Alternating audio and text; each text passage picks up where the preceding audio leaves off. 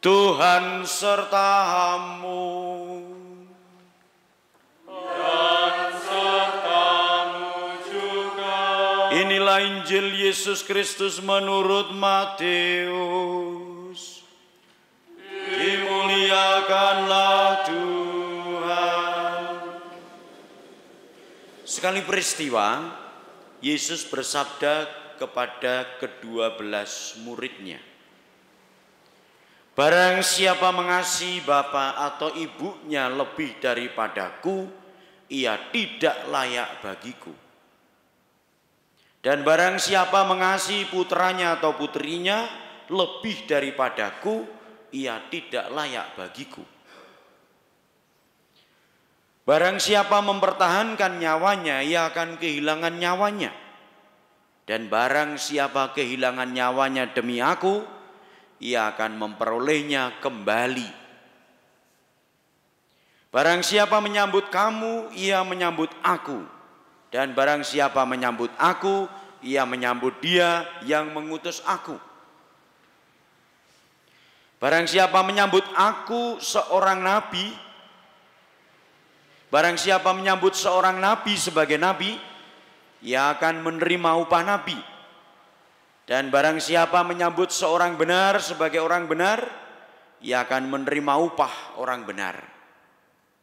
Dan barang siapa memberi air sejuk secangkir saja kepada salah seorang yang kecil ini, karena ia muridku, aku berkata kepadamu, sungguh ia tidak akan kehilangan upahnya. Demikianlah Injil Tuhan. Terpujilah Kristus.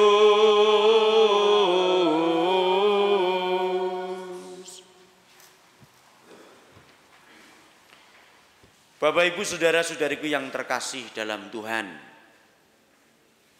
sebagaimana tadi dalam pengantar juga saya sampaikan bahwa hari ini keuskupan kita itu merayakan 80 tahun sebagai keuskupan mandiri. Tepatnya sebetulnya tanggal 25 Juni. Tetapi dirayakan secara bersama seluruh umat keuskupan pada hari ini. Maka kalau nanti ada yang mau melanjutkan ikut Ekaristi streaming ke Kapela Keuskupan Agung Semarang, monggo. Ya, saya ditinggal nggak apa-apa. Bapak Ibu saudara-saudariku yang terkasih dalam Tuhan, sabda Tuhan hari ini, terutama bacaan pertama dan Injil, merupakan gambaran kenyataan permasalahan yang sering kita jumpai di dalam kehidupan kita. Kitab 2 Raja-Raja dalam bacaan pertama tadi mewakili kebanyakan keluarga yang amat merindukan kehadiran anak di tengah keluarga. Terutama yang sudah lama menikah, menunggu anak tidak kunjung datang. Kalau yang baru sih ojo sik gitu kan. Tapi yang sudah lama itu mesti kok randang ya kan? Banyak pertanyaan bisa dimunculkan atau muncul dari keluarga-keluarga yang merindukan anak itu tadi. Ketika kehadiran anak ditunggu-tunggu tidak datang.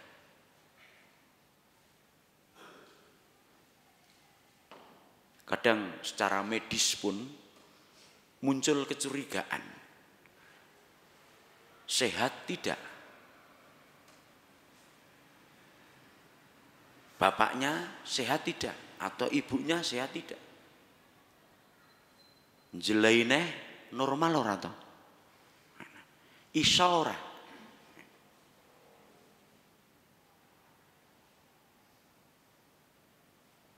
Sing majer, sing lanang apa sing wedok? Pertanyaan-pertanyaan itu sering menjadi juga sumber kegelisahan, semakin tambah. Injil juga mengungkapkan pengalaman konkret kehidupan keluarga, yaitu berkaitan dengan kasih satu terhadap yang lain. terutama anak terhadap orang tua dan sebaliknya orang tua terhadap anak.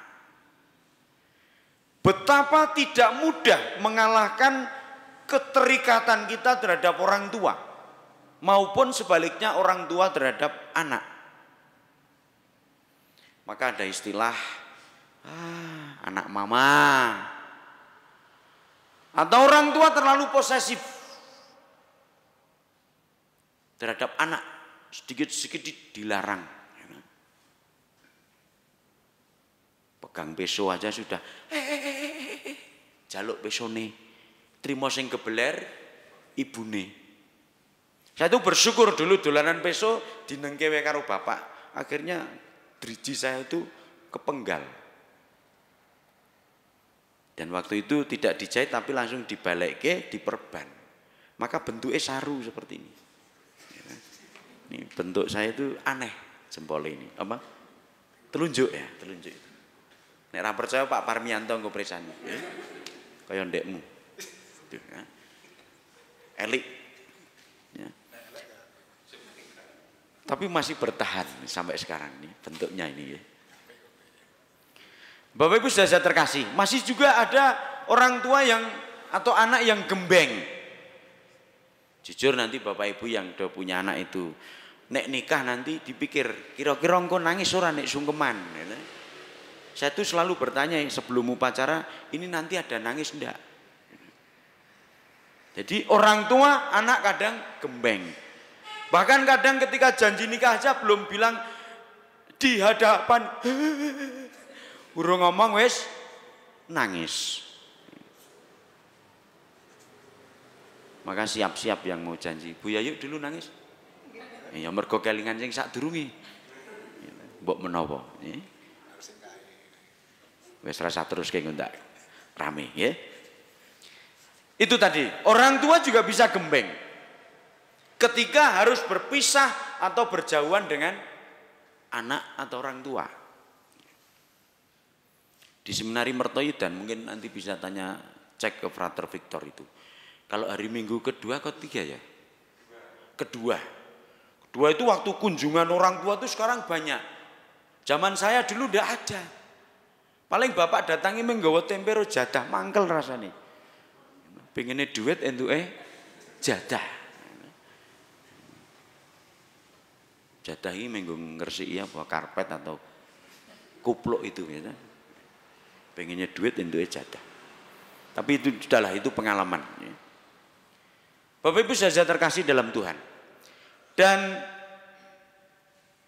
apa yang saya katakan tadi, kalau mau jujur kita boleh mengatakan atau berani mengatakan, ya ngono kuwi masalah urip bareng. Ketika saya dipanggil untuk mengasihi keluarga, saya hari ini ditantang untuk meninggalkan situasi itu. Dan tuntutan Tuhan dalam Injil tadi tegas. Hubungan kasih yang sudah baik itu harus direlatifkan dibandingkan kasih kita kepada Allah. Saya pribadi mungkin juga frater ya. Kalau ditanya tentang pengalaman seperti itu bagaimana? Saya merasa bersyukur bahwa saya itu disiapkan melalui pendidikan seminari menengah sampai seminari tinggi selama 12 tahun ditambah 26 tahun menjadi imam. Itu menjadi tidak risau. Kalau harus merelatifir relasi kasih dalam keluarga. Maka waktu ibu saya meninggal almarhum, saya pesen sama adik-adik, engko aja do nangis, wong do ngelokke Rama kok ngandani kaya ngono. Karena saya sudah bisa merelatifir, maka ketika adik saya mulai kak gablok aja gitu.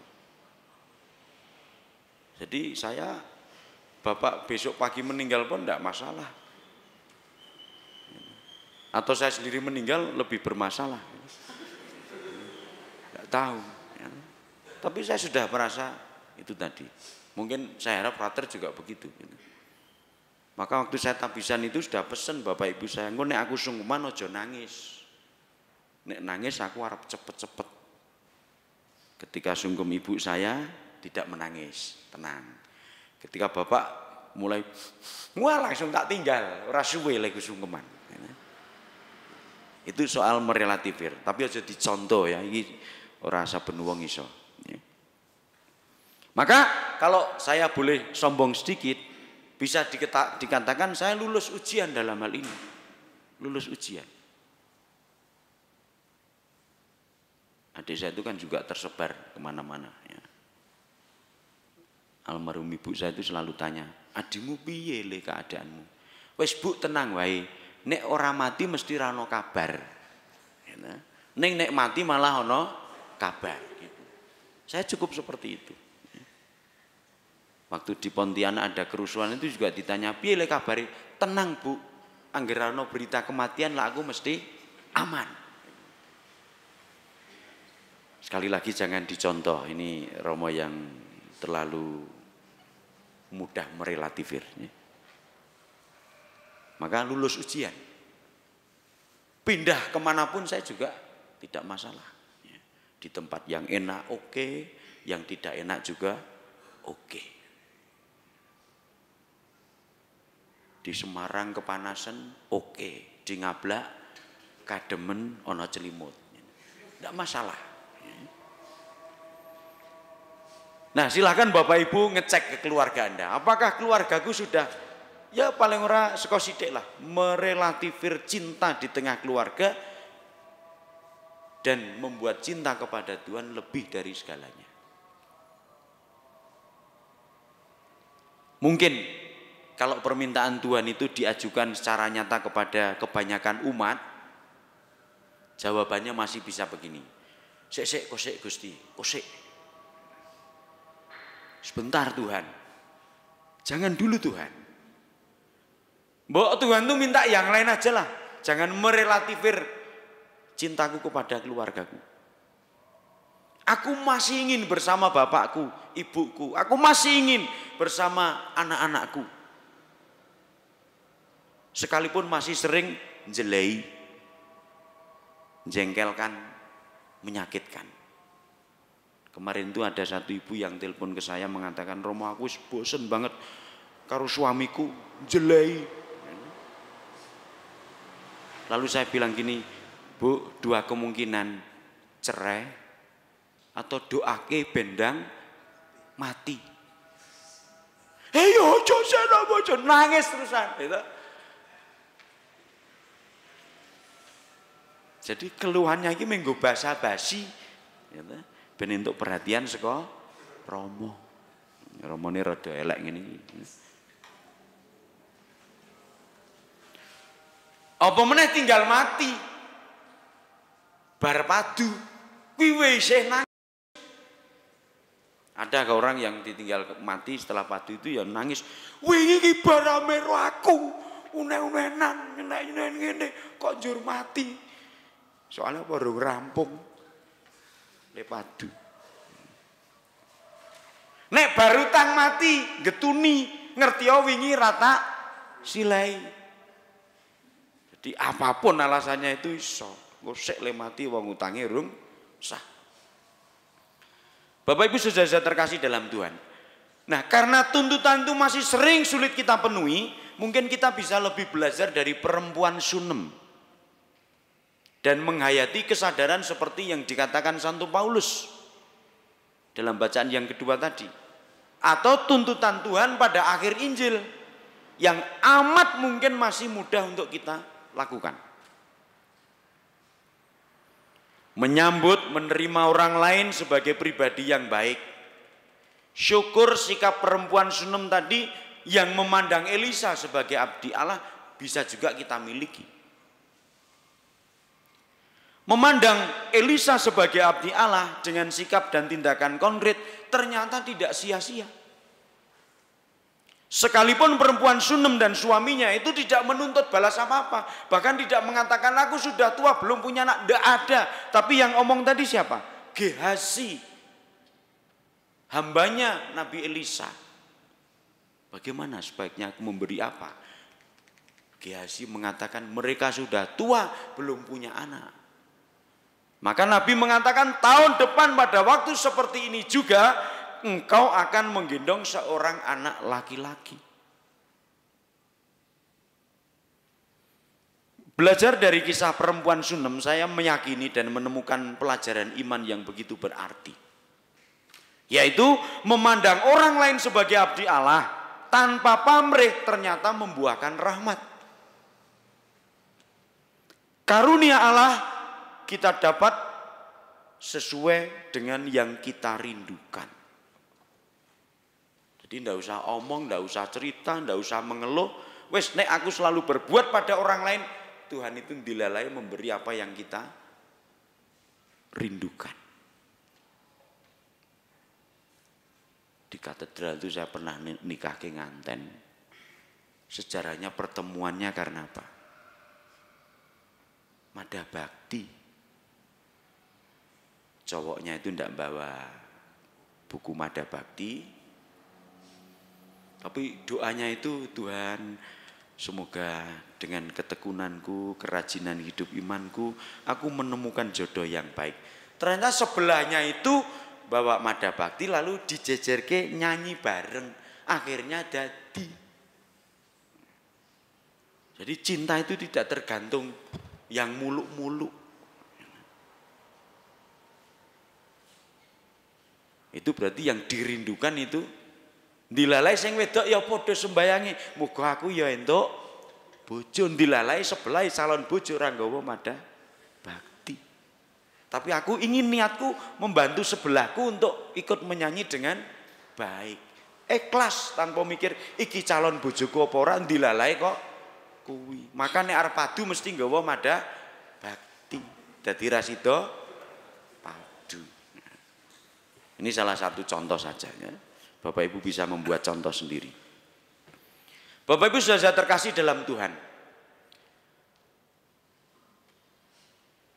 Apa yang dialami oleh perempuan Sunem menjadi contoh bagi kita, kekuatan.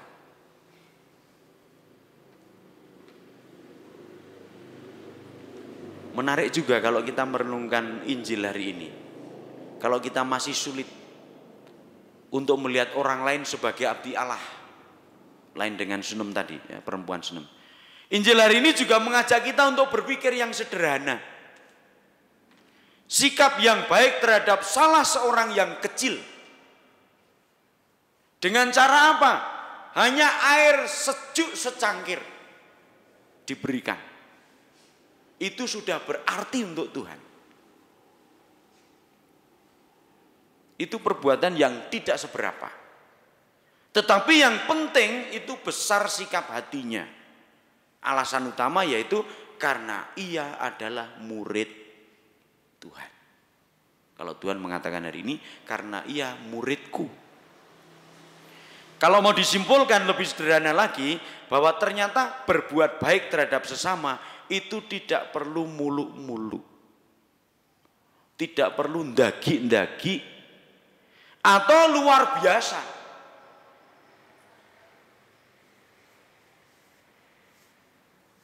Tetapi bahkan bisa yang sepertinya sepele, tidak begitu berarti.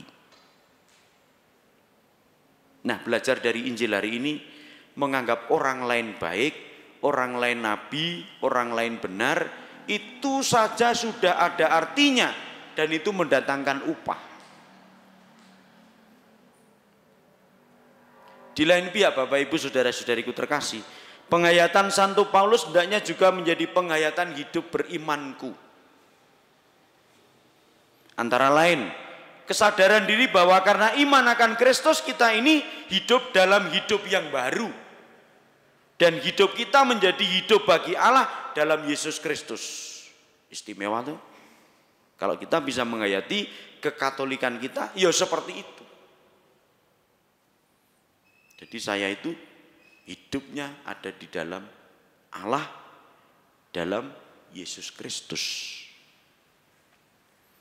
Itu sudah sama dengan hidup sebagai nabi, sebagai orang benar, dan sebagai murid Kristus, sekalipun yang terkecil. Maka pertanyaannya, sudahkah aku menghayati hidupku seperti itu? Banyak orang kan bilang, aku urung apik, aku sarwa salah, aku ra ndek apa-apa. Itu yang sering muncul. Padahal kalau kita mau sungguh menghayati apa yang dikatakan Santo Paulus, aku adalah seorang nabi, aku adalah seorang yang benar, aku adalah murid Kristus. Kalau kehadiranku, hidupku mau menjadi berkat bagi orang lain. Nah, syukur kalau sudah.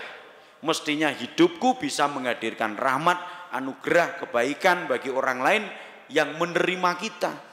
Sebagaimana Nabi Elisa. Tapi kalau mau melihat dari pengalaman hidup, bisa melihat atau di titik antara lain misalnya, nek aku teko ning nggone sedulurku, nek aku datang di antara saudara-saudaraku atau orang yang sedang berkerumun, aku mendatangkan kesenangan apa aku nyusahi? Wah, Romo kok ra teko-teko toh ya? Berarti saya itu dirindukan. Apik romone ra teko.